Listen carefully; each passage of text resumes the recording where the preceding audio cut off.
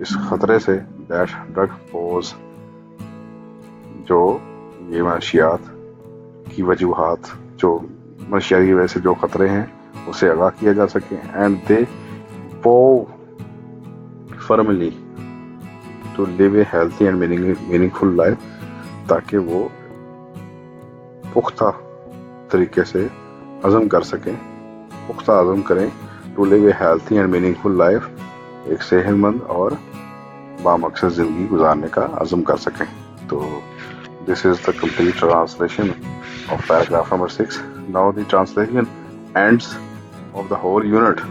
Unit number 10 کی translation ہم complete پڑھ چکے ہیں. تو next we move forward to the question answer.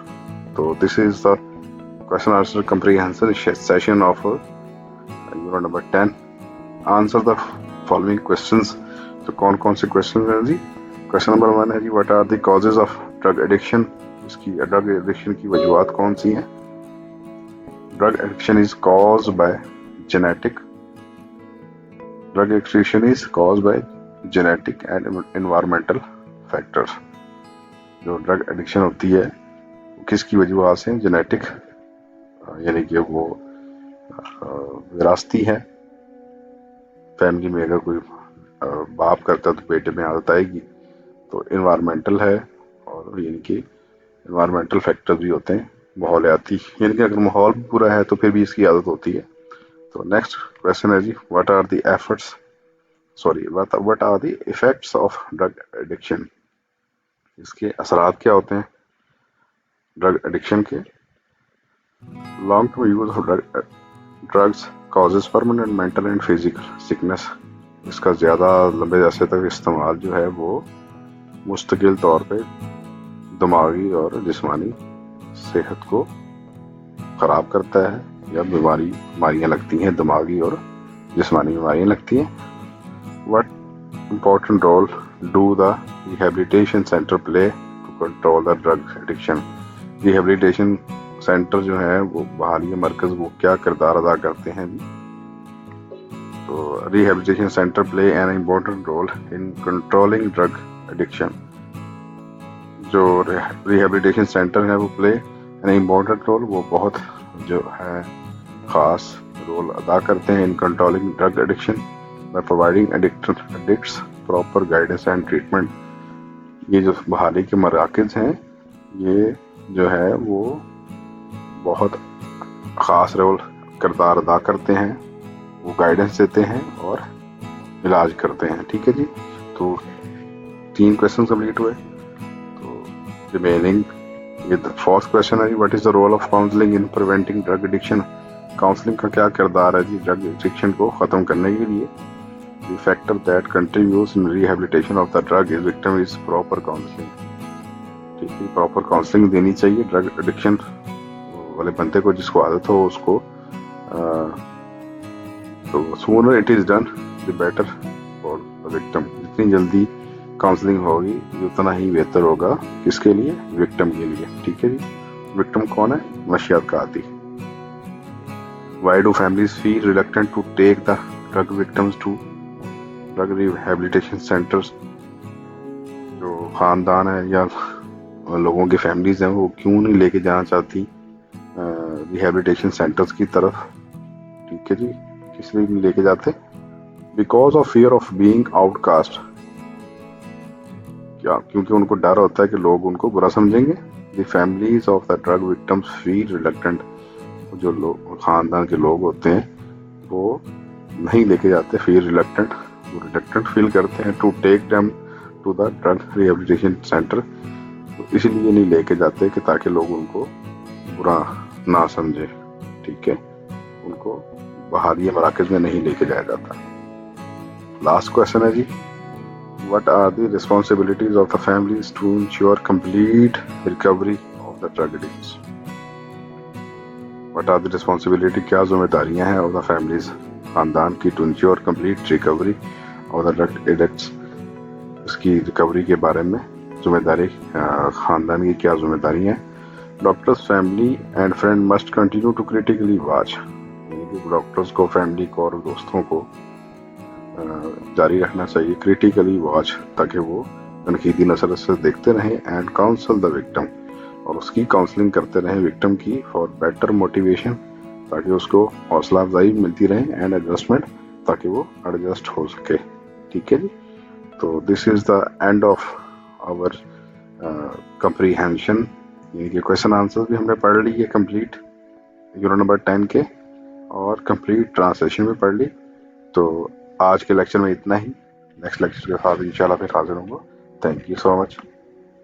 اللہ حافظ جی.